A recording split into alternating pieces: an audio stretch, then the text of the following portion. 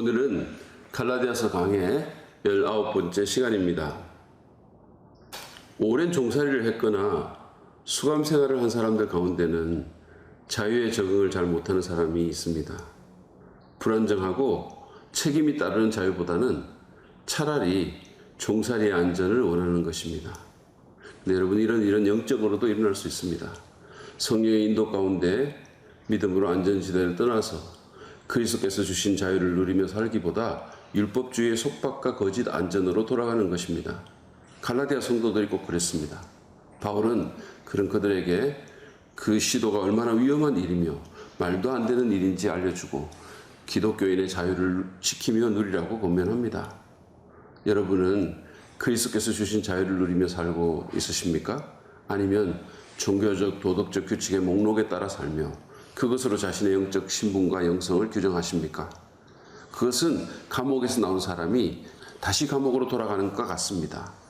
우리는 어떻게 율법주의의 멍에를 떨쳐버리고 참 자유를 지키며 누리며 살 수 있을까요? 갈라디아서 5장 1절부터 12절 말씀을 보면서 생각해 보겠습니다. 먼저 우리는 자유를 앗아가려는 시도에 굳세게 서서 맞서야 합니다. 1절 말씀부터 보시죠. 이 구절은 오늘 본문 전체를 총괄하는 바울의 핵심 주장입니다. 그리스도께서 우리를 해방시켜 주셔서 자유를 누리게 하셨습니다. 그러므로 굳세게 서서 다시는 종살이의 멍에를 매지 마십시오.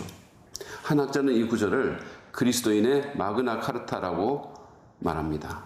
자유에 대해 헌장이라는 뜻이죠. 바울은 예수님이 우리를 해방시켜 자유를 누리게 하셨다고 선포합니다. 그분이 십자가에서 우리를 위해 죽으셨고 우리의 죄값을 다 지불하셨습니다. 그리고 그분을 믿음으로써 우리는 죄의 형벌과 율법의 저주와 심판의 두려움에서 해방되었습니다. 뿐만 아니라 그분은 우리를 성령의 능력에 의해 자유로이 하나님께 순종하고 다른 사람들을 사랑하며 섬기는 삶을 살 수 있게 해주셨습니다. 언제든지 기도와 예배를 통해 하나님의 임재 안으로 들어갈 수 있게 하셨고 영적으로 성장할 수 있게 해주셨습니다. 이 모든 일을 위해 우리가 지불한 것은 아무것도 없습니다. 그분이 우리의 자유에 필요한 모든 것을 다 지불하셨습니다. 그렇기 때문에 굳게 서서 다시는 종살이의 멍에를 매지 말라고 바울은 권면합니다. 자리를 잡고 진지를 내주지 말라는 것이죠. 여러분, 굳세게 서서라는 말을 들으면 무슨 생각이 나십니까? 저는 삿발을 잡고 버텨선 씨름 선수의 우람한 다리가 생각납니다. 그렇게 맞서라는 것이죠. 7절부터 12절에서 바울은 우리의 영적인 자유를 찬탈하고 다시 율법주의의 멍에를 사람들의 목에 두려는 자들에게 강하게 맞서는 모습을 보여줍니다. 그는 그들을 갈라디아 성도들의 영적인 경주를 가로막는 방해 세력으로 규정하면서 그들의 가르침이 하나님에게서 나온 것이 아님을 분명히 밝힙니다. 그는 또한 마치 적은 누룩이 반죽 전체를 부풀게 하듯이 그들의 오류가 온 교회에 악영향을 줄 것이라고 경고하면서 그들에 대한 심판을 선포합니다. 가장 충격적이고 심한 말은 12절에 있습니다. 할례를 가지고 여러분을 선동하는 사람들은 차라리 자기의 그 지체를 잘라버리는 것이 좋겠습니다. 바울은 갈라디아 성도들에게 할례 받으라고 강요하는 그 사람들은 차라리 고자가 되었으면 좋겠다고 말하는 것입니다. 심한 말이죠. 점잖은 사람의 입에서 나올 말이 아닙니다. 여러분, 바울이 왜 이렇게 강하게 말합니까? 그것은 그들이 예수 더하기 할례를 주장함으로 복음을 변질시키고 예수님께서 주신 자유를 누리지 못하게 했기 때문입니다. 주님 주신 자유의 땅에 버티고 서서 맞서십시오. 그래야 성령의 자유함 가운데 건강한 신앙생활을 할 수 있습니다. 누가 말한다고 무조건 따라가지 마십시오. 한 설교자는 오늘날 급속히 부흥하는 교회들을 관찰해 보면 의외로 율법주의적 신앙관을 가진 교회가 상당히 많다고 하면서 복음보다는 율법주의가 빨리 번진다고 지적했습니다. 그러므로 조심합시다. 분별력을 발휘해서 진리와 오류, 참과 거짓을 가리기 바랍니다. 특별히 누군가가 하나님께 용납되기 위해서 이런저런 규칙을 지키고 이런저런 일을 해야 한다고 여러분을 설득하려 든다면 단호히 거부해야 합니다. 두 번째로 우리는 율법주의의 해로운 결과를 인식해야 합니다. 그래야 자유를 지키고 누릴 수 있습니다. 만약에 우리가 율법주의자들의 꼬임에 휘둘려 그들의 침입을 허용한다면 어떤 결과가 나올까요? 2절 말씀을 보시죠. 나 바울이 여러분에게 말합니다. 여러분이 할례를 받으면 그리스도는 여러분에게 아무런 유익이 없습니다.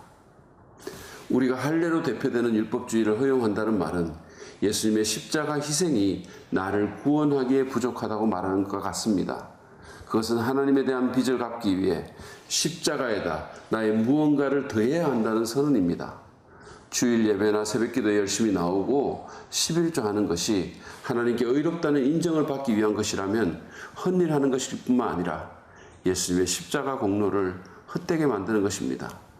기억하시기 바랍니다. 하나님은 우리의 행위와 상관없이 우리를 사랑하시고 우리가 죄인 되었을 때 예수님은 우리 위해 십자가에 희생시켜 주셨습니다. 율법주의는 하나님의 그 십자가 은혜를 헛되게 만듭니다. 율법주의의 해로운 결과는 그것뿐만이 아닙니다.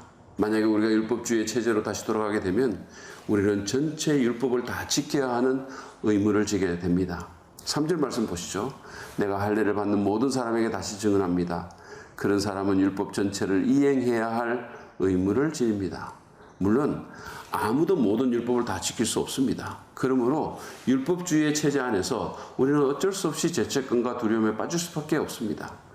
바울은 또한 율법주의는 우리를 그리스도에게서 끊어지게 할 것이라고 합니다. 4절 말씀 보시죠. 율법으로 의롭게 되려고 하는 사람은 그리스도에게서 끊어지고 은혜에서 떨어져 나간 사람입니다. 여러분, 율법주의는 결코 우리를 하나님 앞으로 이끌지 못합니다. 거룩하신 하나님은 우리의 종교행위나 도덕적인 노력에 근거해서 우리를 받아들이시지 않으십니다. 왜냐하면 이사야 선지자가 말한 것처럼 우리의 최고의 행위도 하나님께는 더러운 걸레와 같기 때문입니다. 오해하지 마십시오. 율법 자체가 나쁜 것은 아닙니다. 문제는 율법이 아니라 율법주의입니다. 율법주의가 무엇인가요? 그것은 율법을 지켜서 하나님의 호의를 따내려는 시도입니다. 내 노력을 하는 종교생활, 도덕주의가 바로 이 율법주의입니다. 이 율법주의와 은혜의 복음은 같이 갈 수 없습니다. 여러분이 율법주의를 받아들인다면 구주이신 예수님을 거절하는 것입니다. 율법주의는 해롭습니다. 담배보다, 중성지방보다, 심지어 마약보다도 더 해롭습니다. 그것은 우리의 영혼을 병들게 하고 예수 그리스도와 그분의 은혜에서 우리를 끊어놓을 것입니다. 우리는 주님이 주시는 양심의 자유와 성령의 신선한 바람을 전혀 누리지 못하고 마치 종처럼 코가 깨인 채 신앙생활을 하게 될 것입니다. 이 율법주의의 해로운 결과를 깊이 인식하고 그런 시스템에서 나오시기를 바랍니다. 마지막으로 우리는 성령의 도움 가운데 믿음으로 살아야 합니다. 그래야 자유를 지키고 누릴 수가 있습니다. 바울은 5절 6절에서 율법주의적 삶의 대안을 제시하고 있습니다. 그것은 복음적인 신자가 살아가는 삶의 특징입니다. 5절을 보시죠. 그러나 우리는 성령을 힘입어서 믿음으로 의롭다고 하심을 받을 소망을 간절히 기다리고 있습니다. 율법주의자는 자기 공로를 갖고 하나님께 나아가려고 하기 때문에 구원을 따내기 위해 열심히 일해야 합니다. 그는 구원의 확신을 갖지 못하고 죽을 때까지 노심초사하며 자기 공로를 쌓을 것입니다. 그러나 은혜의 복음을 믿는 참된 신자는 의롭다 하심을 받을 소망, 다시 말해서 우리 구원의 완성, 천국의 유업을 믿음으로 기다립니다. 우리는 구원을 받기 위해 일하지 않습니다. 예수님께서 우리의 구원을 위해 모든 일을 하셨기 때문이죠. 또한 우리는 이미 예수님을 믿음으로 값없이 의롭다함을 받았기 때문에 우리의 구원이 완성될 것이고 우리가 천국에서 주님과 영원을 함께 보낼 줄을 압니다. 성령께서 우리 마음속에 그런 확신과 소망을 주십니다. 그리고 인내하게 하시고 영적으로 살아있게 하시죠. 뿐만이 아닙니다. 6절은 복음적인 신자의 또 다른 삶의 특징을 이렇게 묘사합니다. 한번 보시죠. 그리스도 예수 안에서는 할례를 받거나 안 받는 것이 문제가 되는 것이 아닙니다. 가장 중요한 것은 믿음이 사랑을 통하여 일하는 것입니다. 율법주의는 세세한 규칙 준수에 집중합니다. 그러나 바울은 할례나 비할례가 비본질적인 것이라고 했습니다. 그럼 본질은 무엇입니까? 바로 믿음입니다. 그것도 말로만 하는 공허한 믿음이 아니라 사랑을 통해서 역사하는 믿음입니다. 요약하자면 율법이 아니라 하나님의 은혜로 사는 참 신자는 성령의 도움을 받아 믿음으로 삽니다. 그렇기 때문에 자유롭습니다. 모든 것을 규칙과 규정대로 하는 안정감은 없을지 모르지만 그래서 때로 불안하기도 하고 어떻게 해야 할지 판단이 서지 않을 때도 있지만 그러나 모험처럼 흥미진진하고 생동감이 있습니다. 예수님이 그렇게 사셨고 바울이 그렇게 살았습니다. 우리는 내 공로를 드러내기 위해 규칙에 순응하는 삶을 사는 것이 아니라 종처럼 눌려서 두려움과 불안감으로 종교 행위나 도덕적인 삶을 사는 것이 아니라 성령과 믿음으로 살아야 합니다. 그럴 때 우리는 종의 멍에를 벗고 주님이 주시는 자유를 누리며 살 수 있을 것입니다. 오늘 우리는 주님이 주시는 자유를 그 도둑들로부터 지키며 그것을 누리는 문제에 대해 생각해 봤습니다. 여러분, 자유는 소중한 가치입니다. 그것보다 더 귀한 것은 없습니다. 물론 우리가 말하는 자유란 내 정욕과 마음대로 하는 그런 자유를 의미하는 것은 아닙니다. 우리가 말하는 자유는 우리 주님이 십자가에서 자기 목숨을 속전으로 지불하시고 우리에게 가져다 준 것으로서 율법의 저주와 심판, 그리고 죄와 사단의 지배에서의 자유입니다. 그것은 성령 안에서 사는 자유이며 믿음으로 하나님과 이웃을 섬길 자유입니다.